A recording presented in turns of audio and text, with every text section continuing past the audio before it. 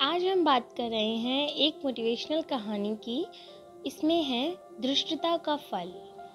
एक बार की बात है, कंचनपुर के एक धनी व्यापारी के घर में रसोई में एक कबूतर ने घोंसला बना रखा था। किसी दिन एक लालची कौवा जो वो देख रहा था दूर से, वो उधर आ गया। वहाँ वो मछलियों को देखकर बिल्कुल ललचा सा गया, उसके मुंह में पानी आ गया। तब उसके मन में विचार आया कि मुझे इस रसोई घर में घुसना चाहिए, लेकिन घुसूं कैसे, ये सोचकर वो परेशान था। तभी उसकी नज़र एक कबूतर के घोंसले पर पड़ी।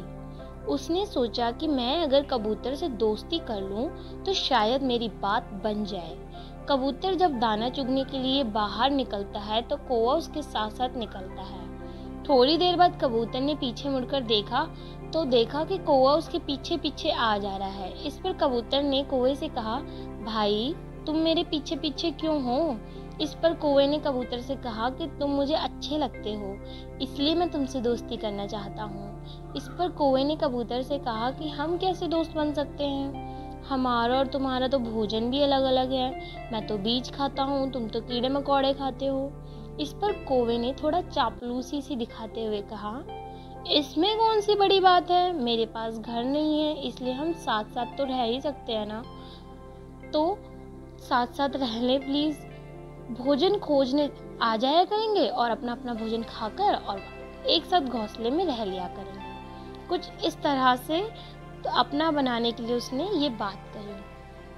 इस पर घर के मालिक ने देखा कि कबूतर के साथ एक कौवा भी है, तो उसने सोचा कि चलो कबूतर का कोई मित्र होगा, इसलिए उसने उस बारे में अधिक नहीं सोचा। अगले दिन कबूतर खाना खोजने के लिए साथ चलने को कहता है तो कौवे के पेट में दर्द हो जाता है, ऐसा वो बहाना बनाता है। वो कहता है कि कबूतर भाई मेरे पेट में तो आज बहुत दर्द है, आज मैं कहीं नहीं आ रहा हूँ। इस पर कबूतर अकेला ही चला जाता है, क्योंकि कौवे ने घर के मालिक के नौकर को ये कहते हुए सुन लिया था कि आज तुम इन मछलियों को बना लेना जो मैं कुछ दिन पहले लेकर आया हूँ, यानी वो 2 दिन पहले लेकर आया था जो। उधर कौवा नौकर की रसोई के बाहर निकलने का इंतजार ही कर रहा होता है कि उसके जाते ही कौवे ने तो थाली पर जैसे झपट्टा ही मार दिया। एक एक मछली उठा कर आराम से खा लिया। नौकर जब वापस आया तो कौवे को मछली खाते देख गुस्से से भर गया। उसे बहुत गुस्सा आया कि अब मैं मालिक को क्या जवाब दूंगा, मालिक को क्या कहूँगा कि एक कौवा मैं उनकी मछलियों को खिला दिया, मतलब कैसे, मैं क्या कहूँगा। ये सब घबरा जाता है और परेशान हो जाता है और बहुत गुस्सा भर जाता है उसके अंदर। उसने कौवे को पकड़कर और गर्दन मरोड़कर उसे मार डालता है। जब शाम में कबूतर वापस आता है तो उसे कौवे की इस हालात की देखकर सारी बात अब धीरे धीरे समझ आ जाती है।